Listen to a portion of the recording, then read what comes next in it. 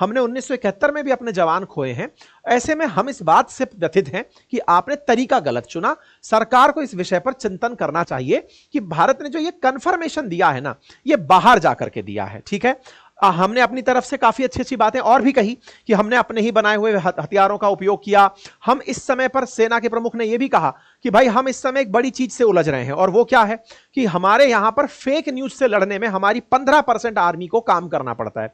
15% of army time during operation Sindoor were in countering fake narrative.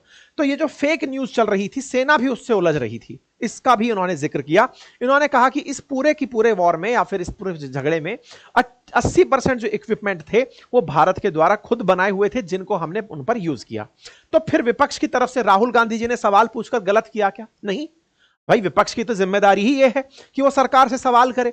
सरकार से सवाल भी ना करे और इधर प्रधानमंत्री जगह जगह जाकर के सबको तिरंगा यात्रा के माध्यम से अपनी क्रेडिट गिनाए। तो भाई जवाबदेही तय करने का काम विपक्ष कर रहा है। विपक्ष का तय है कि सर आप बताइए ना कि आपने कितने फाइटर जेट गिरा दिए। या फिर ये राहुल गांधी जी ने पहले भी मुद्दा उठाया था, अगर आपको यह ध्यान हो, जब राफेल का मामला उठा था, तब ये राफेल को लेकर के खूब ज्यादा संसद में इस बात पर बहस किए थे कि राफेल पर घोटाला हुआ है। राफेल की कीमत 650 करोड़ है, लेकिन इसको 2,500 करोड़ में क्यों खरीदा जा रहा है? लेकिन दुनिया को इसका जवाब ऑपरेशन सिंदूर में मिल गया कि स्कैल्प मिसाइलें खरीदी थी। हम उसको उस समय बताना नहीं चाहते थे कि हम क्या खरीद के लाएं, लेकिन अब पता चल गया। खैर, तो राहुल गांधी जी के लिए तो यह मसला उस मसले से कनेक्ट होने जैसा है, पुराने चुनावों से, कि बेटा तब भी तो आपने कहा था कि राफेल खरीदें, अब आपका राफेल गिर कैसे गया? और गिर गया तो भारत क्या अभी भी राफेल लेकर रहेगा?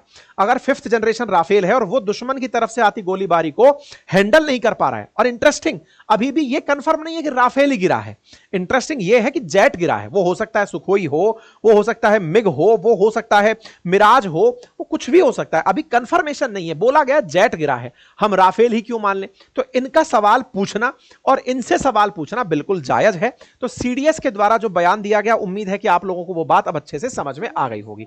ये वो इंटरव्यू था, इंटरव्यू हम सोशल मीडिया पर डाल देंगे, सुन लेना, नहीं तो फिर से कोई स्ट्राइक मार देगा हमारे। ठीक है, कुल मिलाकर के बात ये थी जो मैंने आप लोगों के सामने अब रख दी है। अब सवाल तरह तरह से खड़े होने लगे, इधर से और उधर से, दोनों तरफ से। हमने जो किया, हम अपनी उपलब्धियां गिराने लगे, हमने पाकिस्तान के इतने मार दिए, उन्होंने जो गिनाया वो हमने अपनी तरफ से बता दिए। कुल मिलाकर ये बात हो गया। अब फिलहाल के लिए हेडलाइन बन चुकी है, India lost jets but change tactic to hit Pakistan hard. ये हमारी हेडलाइंस इस समय हो चुकी। तो अपोजिशन ने सवाल यही किया है कि स्पेशल सेशन ऑफ पार्लियामेंट तुरंत बुलाया जाना चाहिए इस मसले के ऊपर, और एक comprehensive review of our defence preparedness वो तैयार करनी चाहिए कि हमारी तैयारियां क्या थी। यह बात इस समय विपक्ष के द्वारा उठाई गई है। विपक्ष अपनी तरफ से केवल सवाल यही उठा रहा है कि सेना के चीफ को विदेश में बिठा करके बयान दिलवाने का क्या मतलब है? आप सीधा यही बुलवाते, संसद के सामने बुलवाते। अपोजिशन यही मांग कर रही है। ठीक है साहब, तो उम्मीद है कि आप लोगों को सारी जानकारी अब ब्रीफ में हमने बता दी। बाकी भारत ने बढ़िया से ब्रह्मोस का उपयोग कर ही लिया। इस 100% जो हुआ होगा, जो आप अगर ऑब्जर्व करें कि ब्रह्मोस पहले नहीं चली थी, पहले तो स्कैल्प मिसाइल चली थी। स्कैल्प चली तो उधर से हमारे फाइटर जेट गिरे होंगे, फाइटर जेट गिरे होंगे, तभी जाकर डिसाइड हुआ कि अब मारो इन पे ब्रह्मोस पटक के। तो फिर उसके पीएम ने खुद ही बोल दिया था, कल हमने सेशन भी किया था कि हम पर ब्रह्मोस चलाई गई थी। तो भारत ने ब्रह्मोस इसी रिटेलिएशन के अंदर चलाई थी और वो हम उसमें कामयाब भी रहे। भारत के पास गर्व करने के 1,00,000 कारण हैं। हमारे देश में लोकतंत्र है, सेना का शासन नहीं है। हमने अपनी सेना के द्वारा पराक्रम सिद्ध किया। पाकिस्तान के कहने पर हमने संधि विराम किया, मतलब युद्ध विराम किया। उसके बावजूद भी हमारे प्रश्न, चूंकि हम लोकतांत्रिक देश में हैं, तो सरकार से बने रहेंगे कि सरकार को तैयारी करनी चाहिए, बुलाना चाहिए, और कारगिल रिव्यू कमेटी की तरह सरकार को इस विषय पर भी रिव्यू कमेटी बिठानी चाहिए।